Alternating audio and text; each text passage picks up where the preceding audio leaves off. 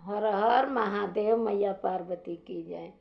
गुरु भाई गुरु बहना, मैं एक शिव चर्चा का कथा लेकर के आई हूँ। अच्छा लगे तो लाइक सब्सक्राइब जरूर करना।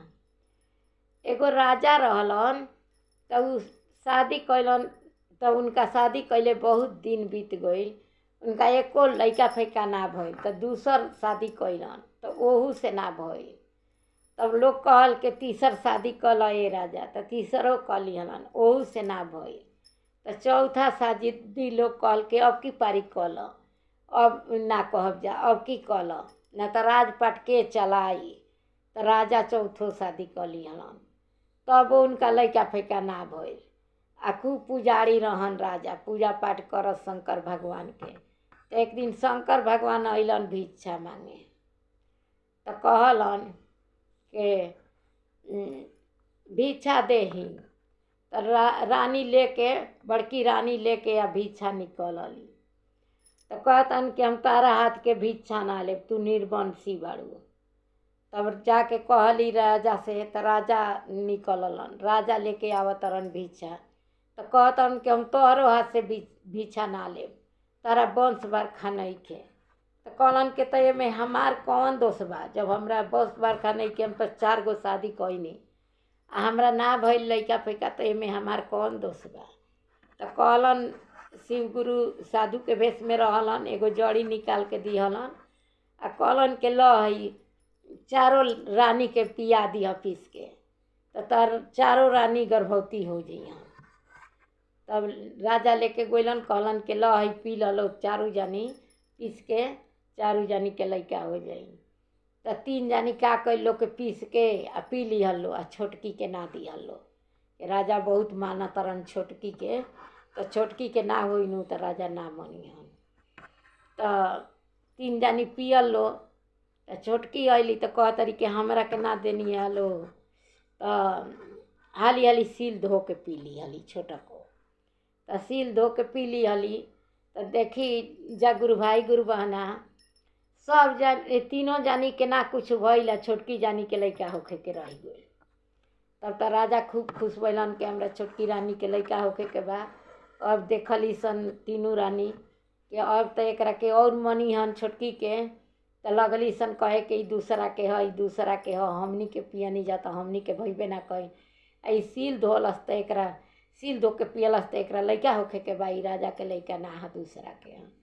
तो राजा घर से निकाल दिहलन, राजा घर से निकाल दिहलन। जंगल में भटकतरी, जाके जंगल में रहतरी, ओनिए लइका भई। लइका के भीख मांग मांग के पालतरी, लइका हो गइल। धीरे धीरे पोसत पोसत माने 12 साल के हो गइल लइका। तो लइका कहता कि माई तू न जा भीख मांगे, हम जाई। तो कहली कि ना ए बबुआ, तू जइबनु तो जैसे हमरा के घर से तोहर बड़की माई निकाल दिहल लो, ओसे ही तोहरा के निकाल दिही लो।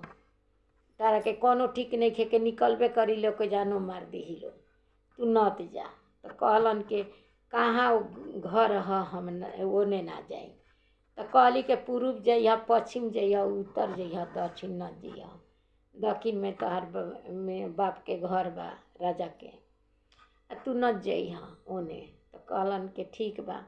ए माई एगो हमरा के खजड़ी बनवा दे, आ ए माई एगो हमरा के तुमड़ी बनवा दे, आ एगो हमरा के बंसुरी बनवा दे, तब हम जाए भीख मांगे। तो एगो खजड़ी, एगो बंसुरी, एगो तुमड़ी बनवा दिहली।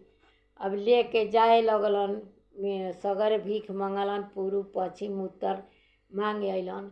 तो कहतरन के रुक ए बेरा दक्षिण जाइब हम। तो जास तो का गावस के बाजू बाजू खजड़ी हो, बाजू बाजू तुमड़ी हो, बाजू बाजू बासवा के बंसुरी जी। बाबू बाबू हमरो कैलन खजड़ी, तीसरी बियाहवा हो। बाबू हमरो कैलन तुमड़ी, 4 गो बियाहवा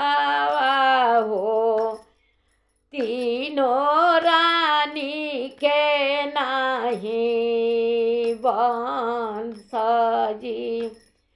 छोटकी जय रानी हई मोरे महतरिया हो, उनकर जामल हम हई जी। पापा हमरो हवनी देशवा के राजावा हो, आमा हमरो बन के कोयली जी। हमारा ही आमा के राजा निकलनी हो, हमहूँ जे मांगी ना भीख जी। अब तो गावत गावत गइलन ओही राजा के दुआर पर। तो रानी सुनल लो, रानी लोग कहता लो कि ई तो उहे लइकवा ह छोटकी के बुझाता के। तो लेके भीछा निकलली बड़की रानी। कहतरी के बबुआ गावा ना तनी गावत कैसे गावत रह। तो कहतरन के हमारो जे बाबा हो देशवा के राजावा हो, आमा हमरो बनवा के कोयली जी। हमारो जे बाबा कइलन 4 गो बियावा हो, तीनों ही रानिया के वंश नाही भइले हो। छोटा की रानी के हम हई जी। आमा बड़की जय आमा हमरो आमा के घरवा से निकलवली हो, पापा हमरो घरवा से निकाले जी। इतना जब सुनली तो वो लइका के काल कोठरी में डाल दिहली कि तो उहे लइका ह। अब तो लइका खैला पियला बेगर वही तरी अब लइका वही काल कोठरी में बेहोश हो गइल बा। आ जब होश होखता तो इहे गनवा गावता। तो फिर अब देखलन शंकर भगवान के इतना पुजारी ओकर माई ह, आई लइका ह, आई तो लइका के बन कर देली सन। अब तो लइका मर जाई, अब ओकरा के बचावे के जाए के पड़ी। तो गइलन साधु के भेष धइलन भगवान शंकर भगवान अइलन। तो रानी लेके अइली भिक्षा। तो कहतन के तहरा हाथ के भिक्षा हम ना लेब, तू निर्बंसी बाड़ू। तो राजा से कहली, राजा भिक्षा लेके अइलन। तो भिक्षा ले लिहलन।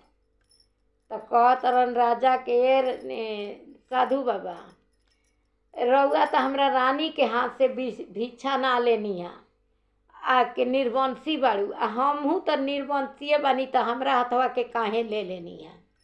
तो कहलन राजा से कहलन साधु बाबा कि तू निर्बंसी नहीं ख, तारा वंश बरखा बा।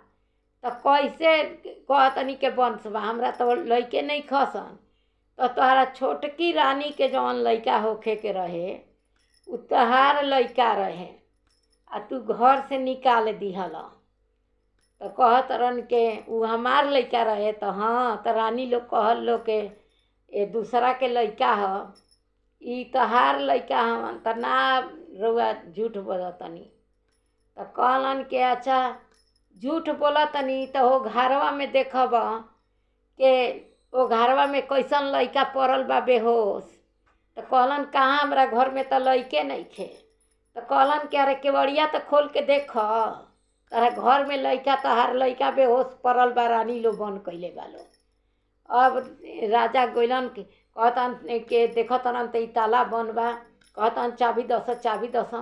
चाभी लिहलन, खोललन तो लड़का बेहोश पड़ल बा। लड़का के अथी शिव गुरु भभूत लगवलन, लगा उगा के अपन त्रिशूल छुअवलन। लड़का उठ के बैठ गई, शिव गुरु के प्रणाम कैलस। तो कहत रहन के ई लड़का के कर। तो कहलन कि लड़कवे से पूछ ल कि केकर लड़का है। तो कहलन ए बाबू तू केकर लड़का हव। तो कहत रहन के पापा हमारो हवानी देशवा के राजावा हो, आमा हमरो बनवा के कोई लीजी।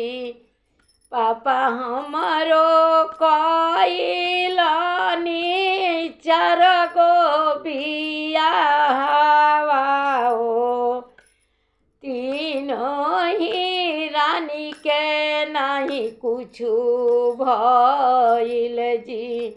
छोटकी ही रानी के रहले गारभावा हो, राजा दिहले घरवा से निकाल जी। बर हो बरिसवा के हमरो उमिरिया हो, आमा हमरो मांगो तारी भीख जी। आमा के छोड़ाई भिखिया घरे बैठवनी हो, अब मांगी घरे घरे भीख जी।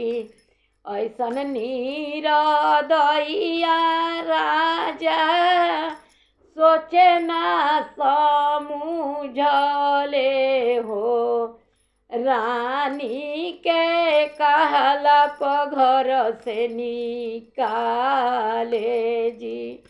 हमारा माँ के घर से निकलले हो, आमा हमरो बनवा के कोई लीजी। इतना वचन जब राजा सुनलन तो तीनों रानी के घर से निकाल दिहलन। आ वो रानी के जाके लिया अलन। आ उहे रानी आ लड़का अब रहे लागल लो, राजपाट संभारल लो। अब रानी बन के अब वही घर में रहे लगली। आ तीनों रानी घर से बाहर हो गई लो।